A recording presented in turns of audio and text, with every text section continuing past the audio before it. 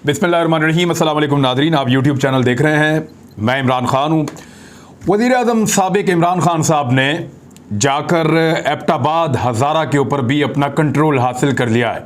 वो जिस तरफ जा रहे हैं अवाम उसी तरफ जा रही है। वो जहाँ जाते हैं लोग वहाँ पर निकल आते हैं। सूरत हाल अक्सर मुख्तलिफ हो चुकी है। ये मुख्तलिफ तस्वीर आप देख सकते हैं, इसकी वीडियोज़ आप देख सकते हैं। यानी पाकिस्तान तहरीक इंसाफ ने आज एबटाबाद में भी रिकॉर्ड कायम कर दिया है और एक तारीखी नौइयत का बहुत बड़ा जलसा कर दिया है। इमरान खान के जलसे के बाहर की कुछ फुटेज है, मैंने इसको ट्वीट भी किया था और ये आप देख भी सकते हैं। ये जलसा गा के बाहर के मनाजिर हैं। ये उस दीवार के बाहर वाला हिस्सा है जिसके अंदर जलसा हो रहा है। अंदर तो जैम पैक है, लेकिन अगर बाहर खड़े हुए लोगों को आप देखें तो आपको अंदाज़ा हो जाएगा कि शहबाज शरीफ ने जो जलसा किया था बशाम में या मरियम नवाज ने जो जलसा किया उसके मुकाबले में ज़्यादा लोग तो इधर बाहर खड़े हुए हैं। यानी इमरान खान की जलसागाह से बाहर उतने लोग खड़े हैं जितने पीडीएम की जमातें मिलकर जब जलसा करती हैं तो उसके अंदर टोटल उतने लोग मौजूद नहीं होते। बहुत तगड़ा जलसा था एबटाबाद का और एबटाबाद को भी इमरान खान ने फतह कर लिया है। जिन लोगों ने इमरान खान को हुकूमत से निकाला, एबटाबाद की सूरत में एक और तोहफा इमरान खान को मिल गया। एबटाबाद जो है मानसेरा, यहाँ पे हज़ारा डिवीज़न इसको कहते हैं और यहाँ पे PMLN बहुत मजबूत रही है, ख़ास तौर पे उस वक्त के बाद जब नवाज शरीफ ने अपनी बेटी मरियम नवाज की शादी यहाँ के एक फ़ौजी कैप्टन रिटायर्ड सफदर के साथ की थी। और कैप्टन सफदर के साथ मरियम साहिबा की शादी होने के बाद यहाँ के लोगों ने कहा कि क्योंकि नवाज शरीफ ने हमारे साथ एक रिश्ता कायम किया है, इस किस्म की बातचीत की गई और हमें बेटी दी है, लिहाजा हम नवाज शरीफ की जो है उसकी वफादारी करेंगे और उसको वोट दिया करेंगे। लेकिन वक्त के साथ साथ कैप्टन सफदर ने और नवाज शरीफ साहब ने अपने कारनामों से यहाँ के लोगों को अपने खिलाफ किया और आहिस्ता आहिस्ता हज़ारा में पाकिस्तान मुस्लिम लीग नून कमज़ोर होती हुई दिखाई दी। और अब ये हुआ है कि इस वक्त की सूरत हाल मैं आपको बता रहा हूँ। एक्चुअली मेरी जो नानी अम्मा मरहुमा है उनका गाँव यहाँ पर है हज़ारा में। बड़ा खूबसूरत इलाका है जहाँ पर उनका गाँव है। मैं हर 2-3 साल के बाद वहाँ जाता ज़रूर हूँ, तो वहाँ लोगों से बातचीत भी होती रहती है और वहाँ से कुछ लोग जो है वो शादियों में, दुख में, खुशी में वो यहाँ पे आते भी हैं, तो वहाँ की इत्तला रहती है। कैप्टन सफदर का हल्का वहीं पे है। बहुत बुरी सूरत हाल है और इस वक्त जो बल्दियाती इंतखाबात हुए आज से कुछ हफ्ते पहले, उन बल्दियाती इंतखाबात में नून लीग का सिफाया हो गया एबटाबाद और हज़ारा से। यानी वो नून लीग जो बहुत तगड़ी हुआ करती थी उसका मानसेरा एबटाबाद यहाँ से उनका सफाया हो गया और अब उनके पल्ले वहाँ पे वो मकबूलियत नहीं है जो माजी में हुआ करती थी। लिहाजा PMLN वहाँ से फारिग हो गई है। जलसा गाह के बाहर के मनाज़िर आपने देखे, अंदर के मनाज़िर आपने देखे और इमरान खान साहब की बढ़ती हुई मकबूलियत और ताकत का आप अंदाज़ा कर लें कि कितनी तेज़ी से वो हुकूमत से निकाले जाने के बावजूद लोगों के दिलों में अपनी जगह बना चुके हैं। अब सुने इमरान खान साहब ने इस जलसा गाह में कहा क्या, कुछ इंपॉर्टेंट चीज़ें वो आपके साथ शेयर करता हूँ। इमरान खान ने कहा कि जब 20 तारीख के बाद इस्लामाबाद के लिए मैं अपनी कौम को कॉल दूंगा तो जितने मर्जी कंटेनर खड़े कर लें, 20 लाख से ज़ायद लोग लॉन्ग मार्च में आएंगे। आज मुखालिफिन लोगों का ये जम्मे गफ़ीर देख लें, लोग कभी भी इम्पोर्टेड हुकूमत को तस्लीम करने को तैयार नहीं हैं।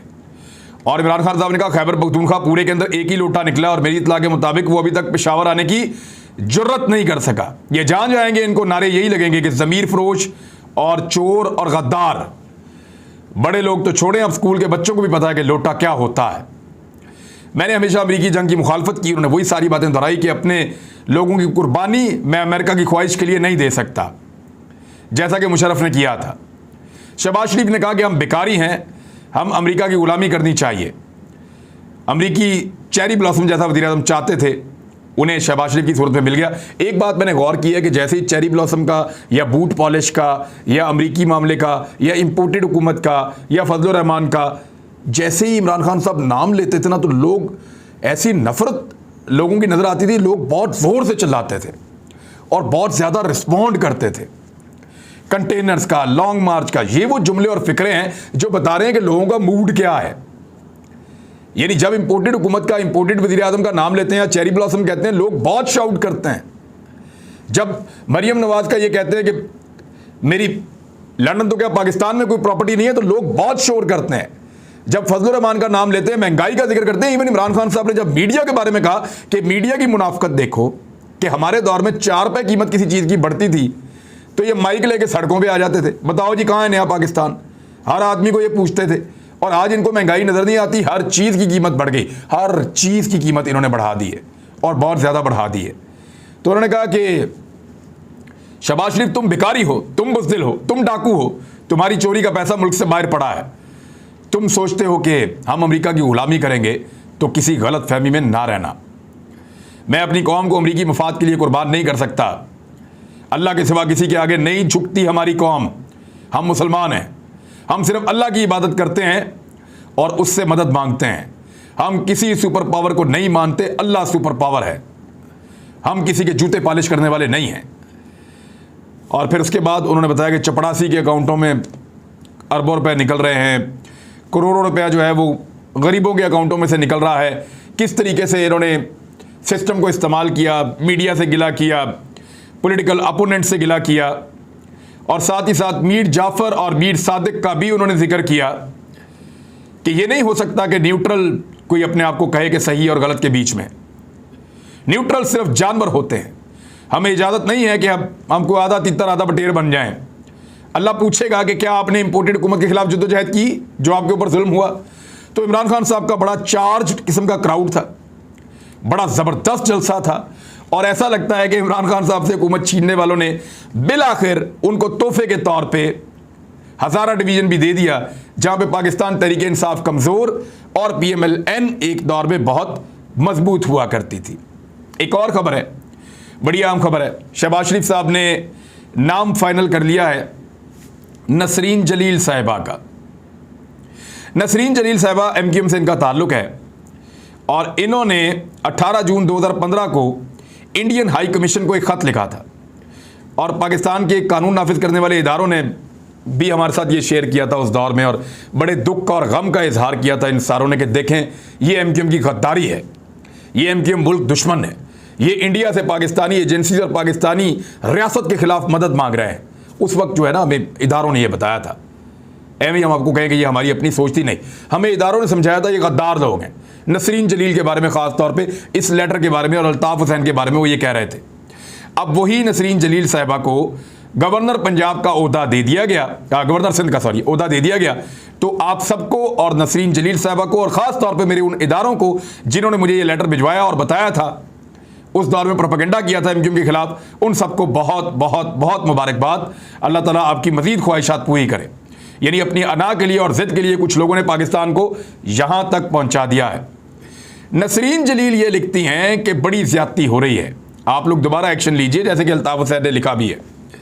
2013 के अगस्त में उन्होंने कहा ऑपरेशन शुरू होता है, MQM के 40 बंदे मार दिए गए, और ये ज़्यादातर आपको पता है कि लड़ाई चल रही थी वहाँ पे, गैंग वॉर के खिलाफ ऑपरेशन हो रहा था, और 90 MQM के वर्कर्स जो है वो कह रहे जी मिसिंग है।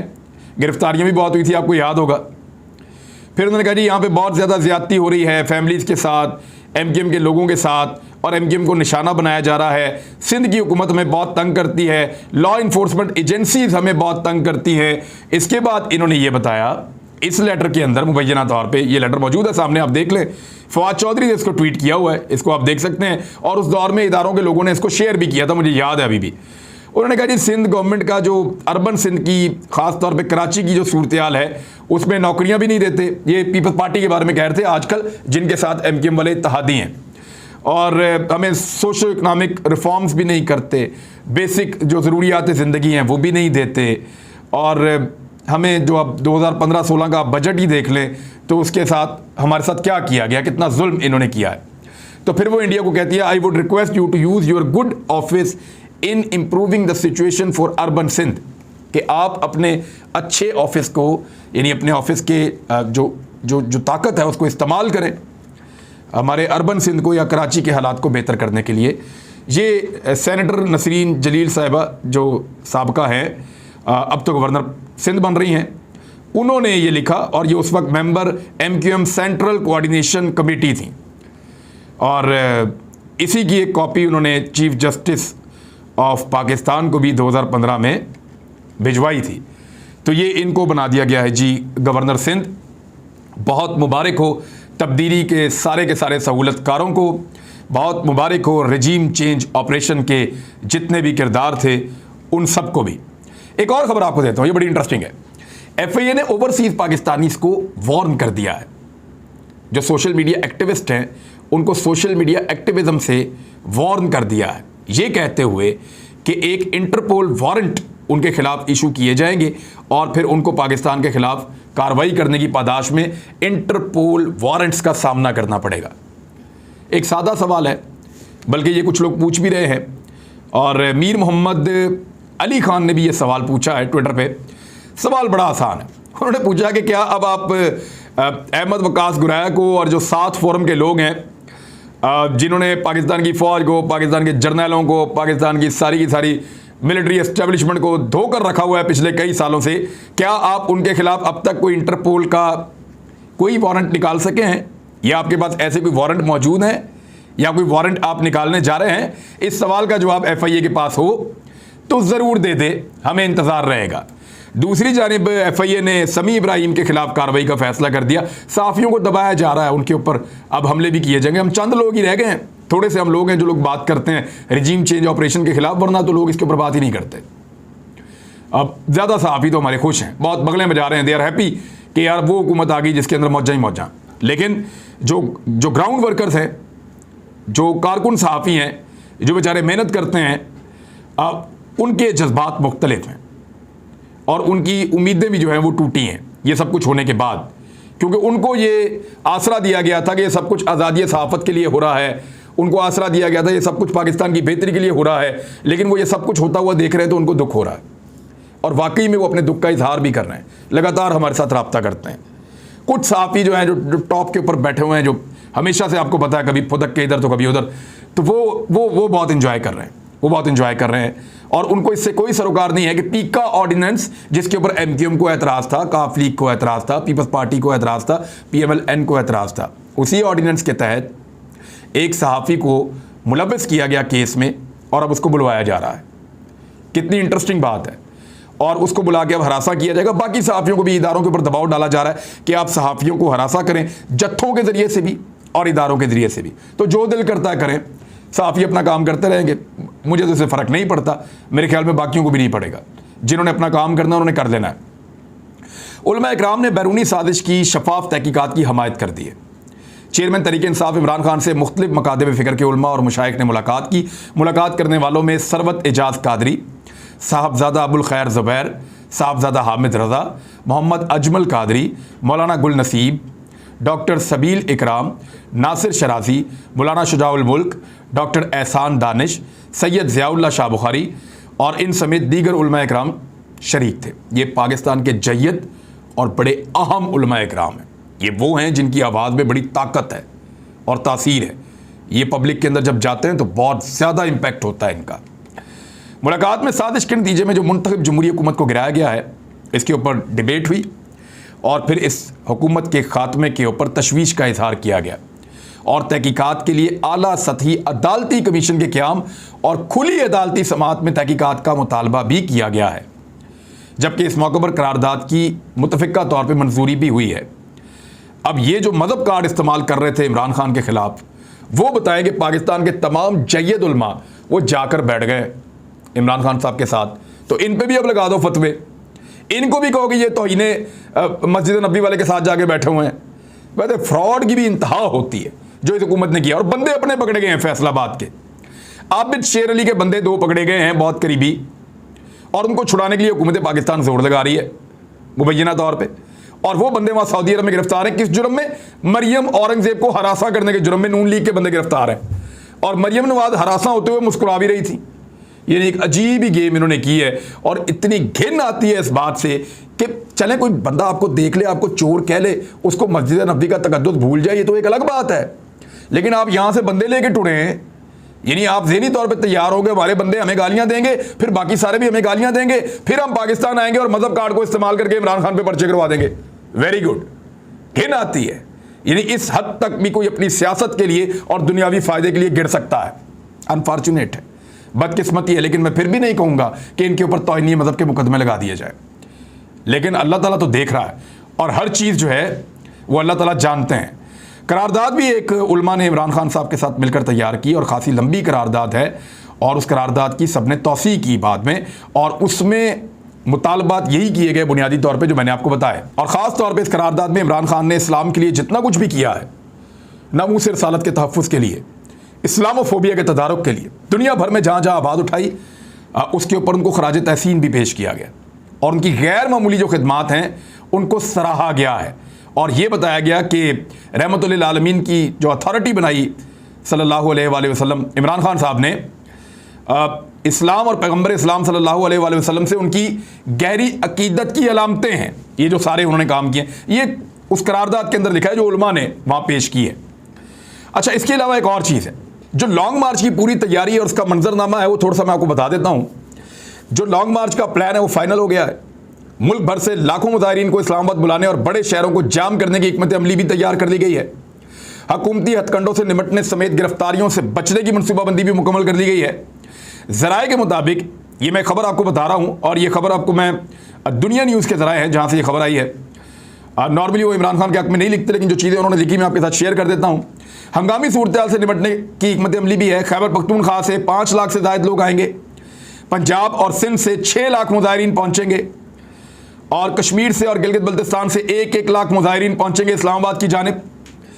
और लॉन्ग मार्च का ऐलान होते ही मुख्तलिफ शहरों को जाम कर दिया जाएगा। बड़े शहरों की बंदिश के लिए पॉइंट्स भी तय कर लिए गए हैं जहां से बड़े शहरों को बंद कर दिया जाएगा। पार्टी कायदीन को गिरफ्तारियों से बचने की हदायत भी कर दी गई है। गिरफ्तारियों की सूरत में बैकअप प्लान पर अमल दरामद होगा। मरकजी कायदीन की गिरफ्तारी की सूरत में मुतबादिल क़यादत कारकुनों को लॉन्ग मार्च में गाइडलाइन देगी। जबरी गिरफ्तारियों के खिलाफ शदीद एहतजाज की कॉल दी जाएगी। ये इतने ज़्यादा तादाद में लोग हैं कि जेलें भी भर देंगे ना, फिर भी पता नहीं कहाँ रखेंगे बंदों को। और इतनी पुलिस ही नहीं है कि इतने लोगों को कैसे कंट्रोल करें। हालात बहुत मुश्किल और मुश्किल तरीन होते चले जाएंगे इस इंपोर्टेड हुकूमत के लिए। और मुझे नहीं लगता कि ये 20 तारीख के बाद ये हुकूमत सर्वाइव कर पाएगी। तो नाज़रीन, अभी तक के लिए इतना ही। एक और वीलॉग में आपको मजीद कुछ तफसीलात बताऊंगा। अपना ख्याल रखिएगा, अपने चैनल का भी। अल्लाह हाफिज़।